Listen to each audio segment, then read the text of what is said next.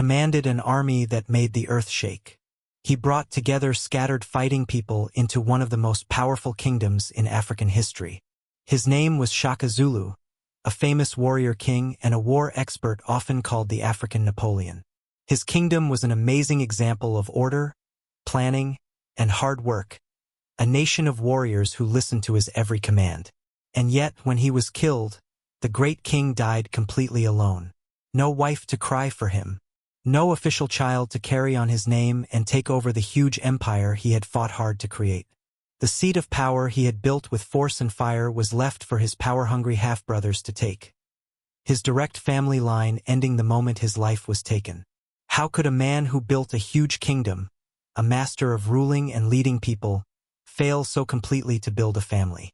How could the father of the Zulu nation die without an official son to call his own? The answer is not a simple accident. It's a dark and complicated story, a look inside the mind of a king. In this video, we reveal the shocking personal beliefs and harsh political rules that made sure Shaka Zulu would die without a wife and without an official heir. To understand the man who would one day stop his own family line, we have to travel back to his beginning. Before Shaka, the land that would become the Zulu Kingdom was a mix of hundreds of small separate Nguni groups led by chiefs. Into this world around the year 1787, Shaka was born. His father was Senzangakona, chief of a then small group called the Zulu, and his mother was Nandi, the daughter of a neighbor chief. But this was no royal marriage. Shaka's birth was the result of a forbidden relationship, a breaking of tradition. The story goes that when Nandi first claimed to be pregnant, Senzangakona and his court laughed at her and rejected it, claiming she was suffering from a stomach bug known as the Ishaka beetle. When the baby was born, that cruel name stuck.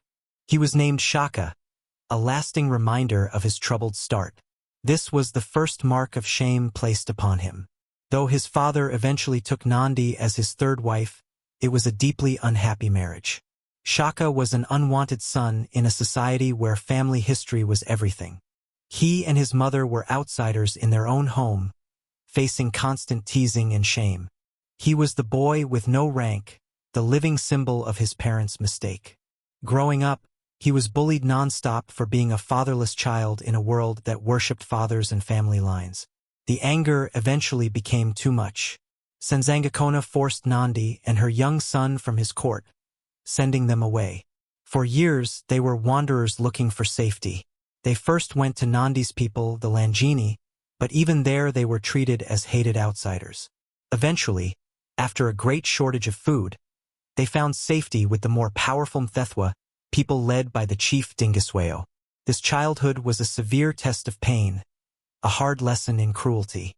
Imagine the mental wounds left on a young, fiercely proud boy. He learned early and harshly that family ties could be used as a weapon to cause pain. He saw his mother, the only person he could trust, suffer because of her connection to his father and the son she gave him. He saw how the very idea of family and history brought him nothing but sadness. It's here in these years of being sent away and abused that some historians believe the ideas for his future rule started.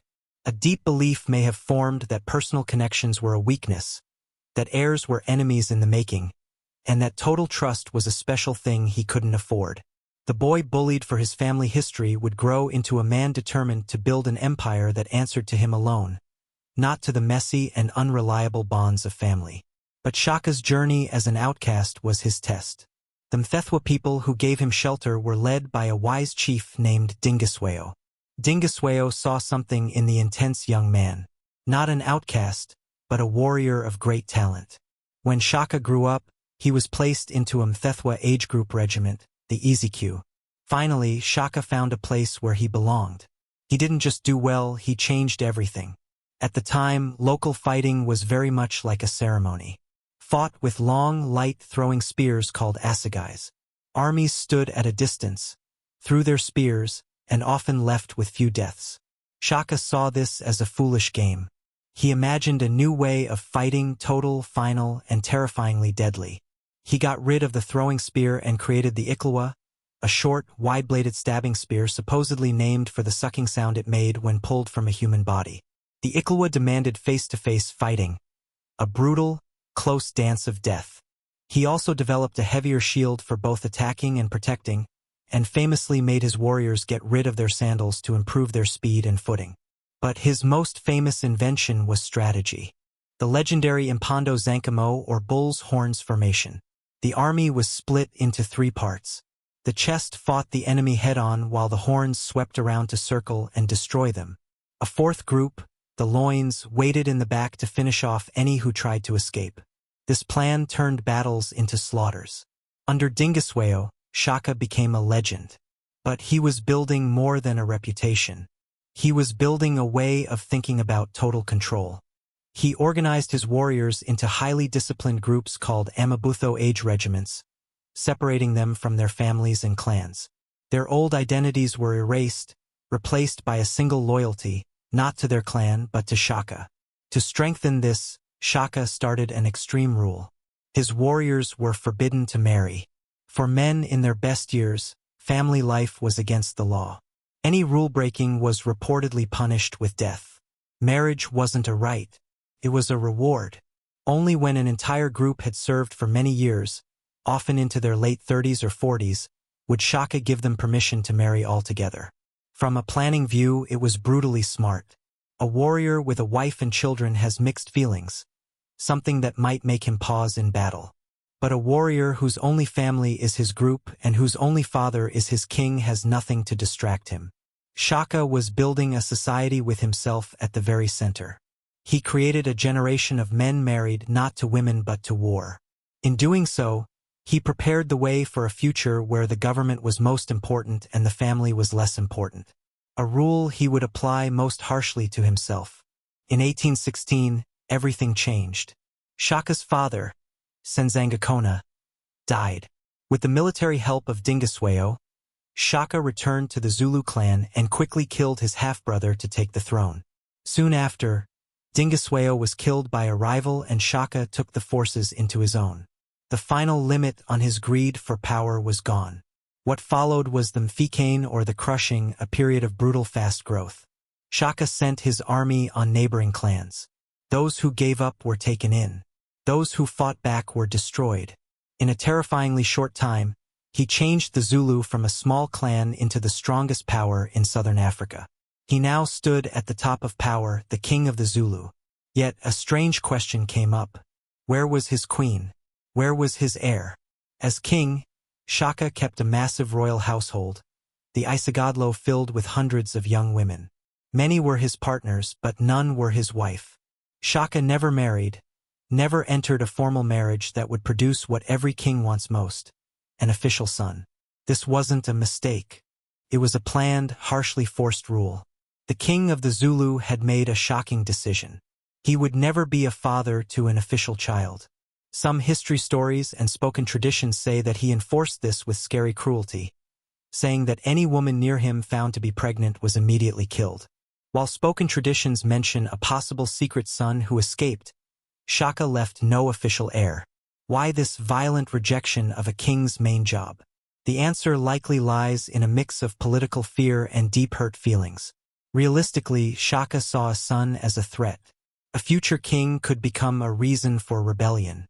Having taken power himself, he knew how greed for power and family lines could create a deadly enemy. By refusing to name an heir, he refused to create a weapon that could be turned against him. We must also look back to his childhood. The boy, bullied for his birth status, carried that pain to the throne. Some historians guess he developed a sick fear of being a father, deciding never to put a child through the pain he had lived through. A more negative view is that his obsession with his own hard-won position made him jealous of anyone with an easier claim to power. He fought and killed for his throne. He wouldn't simply hand it to a son born in comfort. This rule was the ultimate sign of his obsession with total control. Other kings were links in a family chain of kings. Shaka saw himself as the chain itself. His power was personal and total. His Isagadlo wasn't a nursery for a family line, but a childless court. Its chance for new life ended by the king's fear. He was a father to a nation of warriors, but a killer of his own unborn children. For years, Shaka ruled from within this fortress of planned cruelty. His empire was stable, his army unbeatable. But his carefully controlled world was about to be broken by the one personal connection he could never cut. His powerful, complicated love for his mother, Nandi. Nandi, the Queen Mother, or Inlovukatsi, the Great She-Elephant, was perhaps the only human being Shaka truly trusted. In October 1827, she died of a sickness. When the news reached Shaka, something inside him broke. The man who built an empire on hiding emotion was taken over by a huge wave of sadness that pushed him into madness. He ordered a national time of mourning on a scale never seen before. But this wasn't shared sadness. It was about forcing an entire nation to feel his pain. The orders were deadly for the kingdom. First, for an entire year, no crops were to be planted. Second, no milk, a main part of the Zulu diet, could be drunk. It was to be poured on the ground. He ordered thousands of cows killed so their calves would know what it was like to lose a mother. Then came the most scary order. Shaka declared that, for the time of mourning, all relations were forbidden. Any woman across the kingdom found pregnant was to be killed along with her husband. The kingdom fell into a nightmare. During the first panic at Nandi's death, some stories say as many as 7,000 people were killed for supposedly not showing enough sadness. Now, on top of this terror came hunger and government-approved murder. This was no longer the act of a smart leader. It was the wild anger of a desperate man willing to destroy his own empire. His actions terrified his generals and his own family. The king was no longer a protector. He was eating up his own nation. This madness completely separated him. And in the shadows, the knives were being sharpened. An empire built on fear can only last so long. Shaka's year of crazy sadness was the final straw. In September 1828, with his army away on a hard trip, his royal village was lightly guarded. His own half-brothers, Dingain and Mlangana, who feared his cruel rule, planned together with a servant. They found the king and stabbed him to death. Shaka's death was a direct result of the systems he created. By making sure he had no son to challenge him, he also made sure he had no son to defend him. By refusing to name an heir, he created an empty space of power his brothers were eager to fill.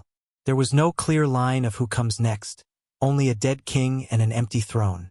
In the end, the strange truth of Shaka Zulu is that of a man who succeeded in building a nation but failed completely in building a life.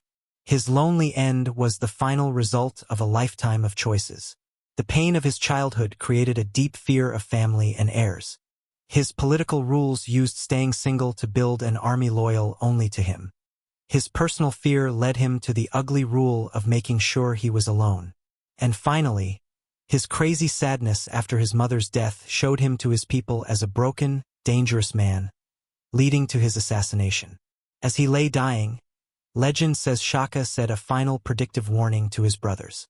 "You kill me thinking you will rule, but the swallows will do that." He was talking about the white settlers who built their mud houses like swallows and would one day take over the empire his brothers now claimed. He understood even in his final moments that the problems he had created would ultimately weaken the kingdom for outsiders to take advantage of. Shaka Zulu, the master empire builder, the father of the Zulu nation, died as he had lived. A figure of great power and of deep loneliness, he chose himself.